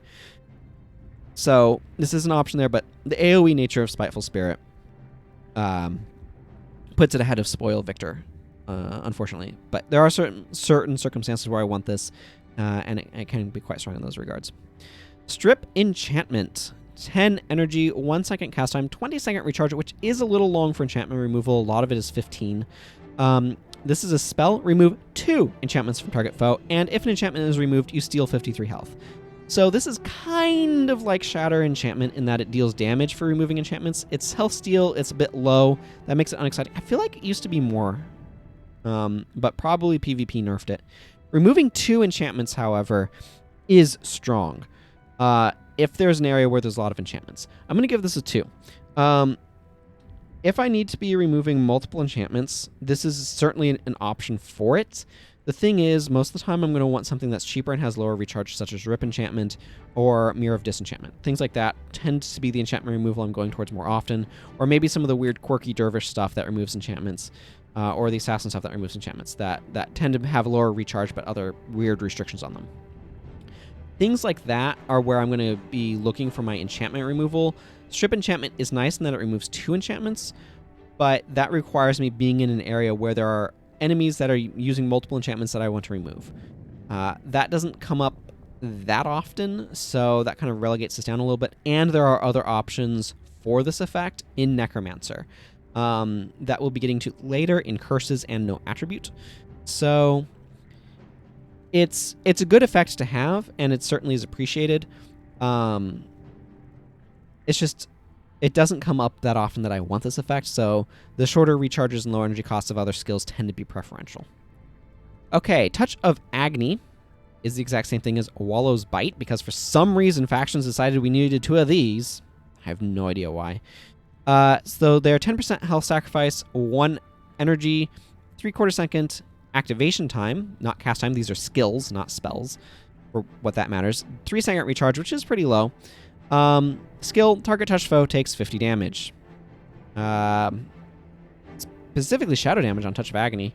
Shadow doesn't really matter because nothing cares about it being shadow damage, so they are the same skill. I don't want these. Like, okay, so they suffer from all the same problems as Dark Pact has, and that the damage is kind of okay, but not really great. The health sacrifice definitely adds up. The recharge on them is a bit longer, and their touch range, which are both pretty big downsides. I'm not going to be bringing these. Dark Pact is vaguely preferential. There are some questionable times where this might be useful on a build. I could see maybe using this on a particular ranger build we'll be talking about in a moment when we get to Vampiric Bite / Vampiric Touch, which are another factions clone copy. There's a bunch of factions clone copies. I guess there's like 3 in Blood Magic for some reason. But anyway, again, like, there's not a time where I really want this effect. It was useful in that one build that I was mentioning earlier that used Aura of the Lich, when it had the effect of like having your HP but having the damage you take, where it like quartered the life sacrifice, so you basically were like sacrificing no health and could use Blood Renewal to have tons of health regen, which counted for more when you had less maximum HP and were taking less damage. Like, you're taking proportionally the same damage, whereas like half max HP, half damage. But like that build was always super gimmicky anyway in the first place. So, and it had a bunch of cool stuff that was going on, but like that was a super finicky build. So like, basically I don't want these. I'm going to give them 2s because I do think they're like, you can try to slot them into a build. It's rare that I'm going to want both of them.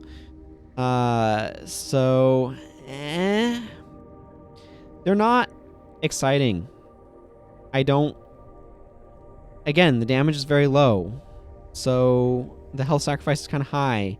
If it did damage proportional to the amount of health I sacrificed, that would be more interesting.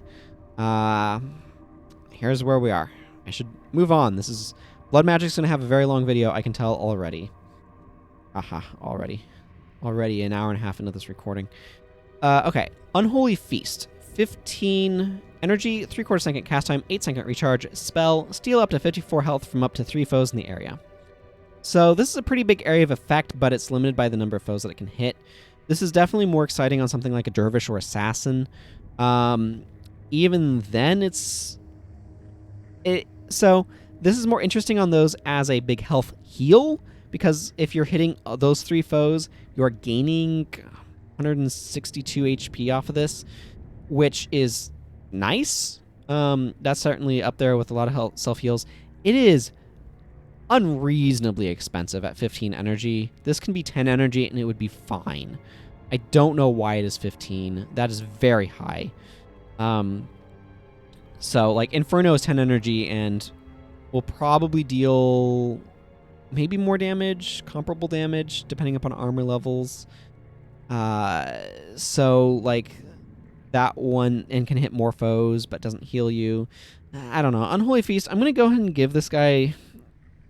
I'm going to give it a 2 just because its energy cost is so high. If it was 10 energy, it'd be a 3. Not for Necromancers, to be clear. I'm not going to use this on a primary Necromancer. But on Necromancer secondary, it's pretty cool. I like this idea on like a Dervish or an Assassin, where I'm like... Or even like a Warrior could use this okay if they're not using like any other energy skills. I like the idea of walking into a group of enemies, attacking them, and be like, oh, you're starting to damage me. I'm going to steal a bunch of your health. That's pretty cool. But you do have to have a healthy investment into blood magic to be able to get that number of foes hit up. What is this at, like, 8? 8 is still 3 foes, so that's actually not too bad. Yeah, so it scales pretty nicely that way. But still, I'm often not bringing this just because the energy cost is really high. And if it was lower, like I said, if it was 10, it would be cool on melee attackers a lot more. That's where I'm going to use it. So that's kind of my thoughts on that. I do like skills like this, though, that are like, hey, I want to be used on a melee attacker. When they say that sort of thing, I think that's really cool. It gives... I like reasons to dip into my secondary profession, because oftentimes, like, you're like, okay, all I want to do is in my primary profession. That's cool. So anything that's like, hey, I want to dip into my secondary profession, like not take super advantage of it, where I'm like, I'm basically my primary attribute plus secondary profession, right? Which happens sometimes. For example, Necromancers are known to use Restoration Magic and Ritualist, the Ritualist Restoration Magic attribute line for healing, and be like, hey, I have the solid healing from the Ritualist that doesn't require the Divine Favor from the Monk to be any good, combined with the massive energy from Soul Reaping to, do my thing, right? That's really cool, but, it's not the same as, like, I'm taking, like, 2 or 3 skills from my secondary profession, and Unholy Feast can encourage that, and I think that's really cool. And so can Demonic Flesh, and they can kind of like work together towards that sort of thing. And I think that's really neat. And so I think that's a sort of good design to have in the game. Again, it's just the energy cost is so high that it makes it very difficult to make use of. Vampiric Bite and Vampiric Touch are the same skill, again, as I mentioned. Factions gave us duplicates of these. They are 15 energy, 3/4 second cast or activation time, I should say, because they're not spells or skills. 2-second recharge. Skill, target touch target foe to steal up to 65 health from them. So Vampiric Touch and Vampiric Bite are the same thing. They are 2s for me.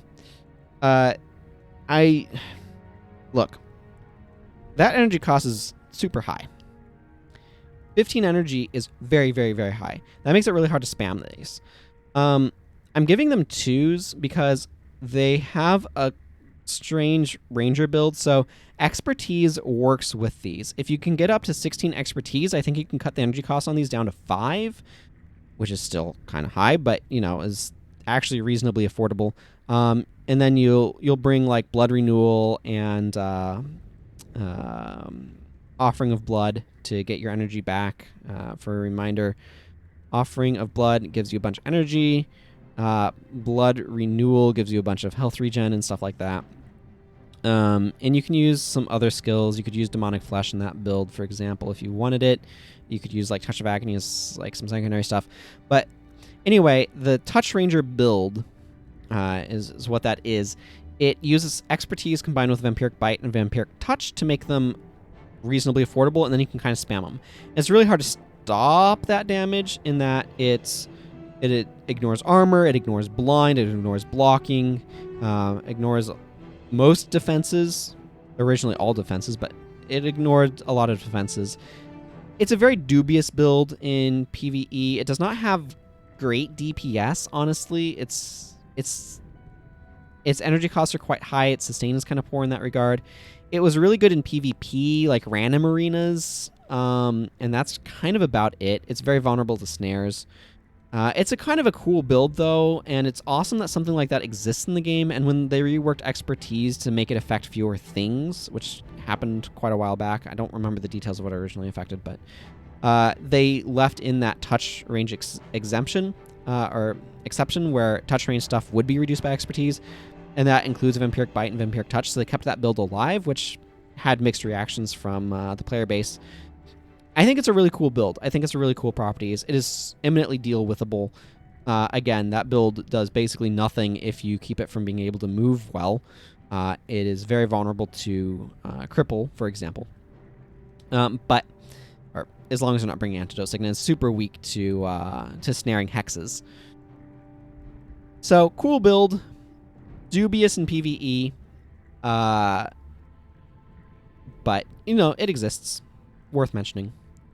Okay, Vampiric Gaze. Vampiric Gaze is your most generic lifesteal skill. It is 10 energy, 1 second cast time, 8 second recharge spell, steal up to 52 health from target foe. Also an important part of the Blood Spike build, just because it's like generic, it does its thing. Honestly, it's an underwhelming skill in PvE for me. It only affects one target, the damage is mediocre. The only reason, all of these skills are weak because they heal you, and Blood Spike was real strong in PvP. And that's just unfortunately the case. I'm not going to bring this most of the time. I'm going to give this a 2. It's just super underwhelming. It doesn't do an area of effect or anything like that. Its energy cost is actually kind of high at 10 for what that's worth. So, it's a good skill from having as a generic, hey, this is a thing blood magic does, but I don't want the effect because it is, frankly, underwhelming. Vampiric Spirit. 5 energy, for some reason 2 second cast time, 8 second recharge. It's kind of an elite version of Vampiric Gaze. It's an elite enchantment spell. Steal up to 41 health from target foe. Oh, yay. It's even less damage than Vampiric Gaze. So, for 10 seconds, you have +9 health regeneration. Let's be honest here. +9 health regeneration is insane. That's 18 health per second. That makes you super durable. This is going to gain you 180 HP from that alone over those 10 seconds. You can keep this permanently up if you have foes. Why are you spending your elite slot on this? You have monks to heal you, right? You have someone to heal you. The damage from this is so bad.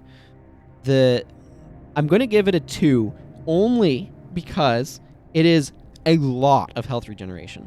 But I do not bring this. I do not use this.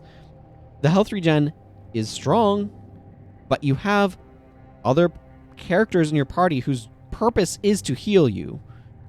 So the 41 health thing is you also have to have a foe to target. That's fine. 2 second cast time is kind of long. The 41 health is just so low. Why am I ever going to bring this? It deals such little damage. I have other things to heal me.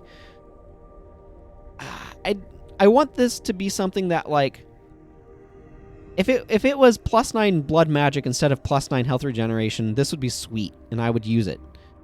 Because that would be an enormous attribute bonus. Obviously, it'd be ludicrously high. If this somehow increased the amount of life I stole from things, if this was like elite enchantment spell for 10 seconds, whenever you cast whenever a spell you use, or whenever you cast a spell that targets a foe, you steal 15, 20 health from that foe, or something where it's you steal 15 health from that foe and all foes adjacent to them, or something like that. There could be ways to take the name of the spell, Vampiric Spirit, and make it much more interesting, and make it feel more like a Vampiric Spirit, in my opinion, because this doesn't feel very Vampiric Spirit-y in the first place, but would actually make it interesting and unique enough that I'd consider bringing it. But as it is, this is just a potent self-heal spell, which is not what I want to spend my elite slot on. So yeah, that's where that is. Vampiric Swarm. 15 energy, 2 second cast time, 8 second recharge spell. Vampiric Swarm steals up to 51 health from up to 3 foes in the area. So this is kind of like Unholy Feast, except it's at range and is locked in at 3 foes, but, you know, whatever. It has a bit longer cast time, but the fact that it's at range is actually a huge boon to Necromancer. This is one I actually consider bringing from time to time. I usually don't, but I consider bringing it. I'm going to give this one... It's a 3. I'm going to give it a 3, but it's kind of a high 3. I'm okay with sticking this on my bar. 153 health is actually a reasonable heal, and that amount of damage to enemies in an armor-ignoring way, even though it's spread out, is okay damage, and the fact that this area of effect helps a lot. It's actually pretty reasonable damage, but the spread out mitigates that some. So, I'm okay with this one. There are better sources of damage. There are better ways to heal, but you know, it is fine. So yeah, it was a nice addition to have to Blood Magic because it was a way of getting lifesteal that actually felt like it was adequate for PvE, if that makes sense. Vampiric Touch and Wallow's Bite we already covered. They were both underwhelming. Well of Blood. So this is one of the 2 wells in Blood Magic. It is 10 energy, 1 second cast time, 2 second recharge well spell. Exploit nearest corpse to create a well of blood at its location for 18 seconds. Allies in that area receive +5 health regeneration. I actually quite like this one. I'm going to give this one a 4. I definitely, I bring this not infrequently when I am doing stuff with Blood Magic. I would not generally bring this if I'm doing minions because you're going to be competing for corpses. That said, if you're not wanting to bring minions and for some reason, but there's exploitable corpses and the enemies do create minions, bringing something like Well of Blood is a good way to counter that because they cannot exploit corpses that you have exploited. Corpse can only be exploited once as a shared resource among everyone. So I would consider something like Well of Blood on, say, a secondary elementalist that's got Blood Ritual. Maybe slap Well of Blood if you're going into an area where you're not wanting to bring a minion master, but there are enemies that raise minions. For example, Echovold Forest has enemies that raise minions, things like that. That's certainly an option and something worth considering. But I like this in general. It gives a nice bit of party healing. These are kind of like wards in a way. You can't get rid of a well once it started, so 18 seconds is a nice duration. Its 2-second cooldown is very low. And 10 health per second is a pretty solid thing. So this is a nice party support spell, and I actually really like this. This is kind of the thing that I want from Blood Magic, is ways to support my party, ways to kind of heal my party. And this does that, and I quite like that. That brings us to the last Blood Magic spell, Well of Power, which is kind of like an elite version of Well of Blood. It is only 5 energy, 1 second cast time, but has 15 second recharge. Elite Well spell. Exploit nearest corpse to create a Well of Power at that location for 18 seconds. Allies within the area of Well of Power gain +5 health regeneration and +2 energy regeneration. So after 18 seconds, that's going to be 12 energy if something stands in it the entire time. This one's really nice, but it's only a 3 for me. The reason why is it's an elite. Well of Blood is really easy to slot on with Blood Ritual. It pairs with it really nicely, so it's easy to casually bring this one, to bring Well of Blood. But Well of Power takes up your elite slot, and that's a much larger sacrifice. This does give your party a great deal more sustainability, because, again, all of your party can be in this well and gaining that +2 energy regeneration, which means that you can be giving your party a lot of energy through this. It is very powerful, and it is worthy of being an elite, quite frankly. But despite that, again, you have to not be bringing minions to really want to bring this, although it's not competing as heavily as Well of Blood because of the longer recharge.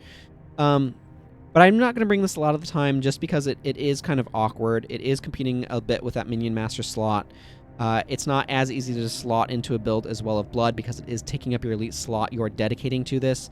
And so that's a very intentional choice. I really appreciate the design of where this is going. I think this is a good way to make an elite version of Well of Blood, which is certainly something I appreciate. But it has a much harder time getting onto a bar simply because it is competing for that elite slot. And there are other options that I could be bringing, like Spiteful Spirit, for example.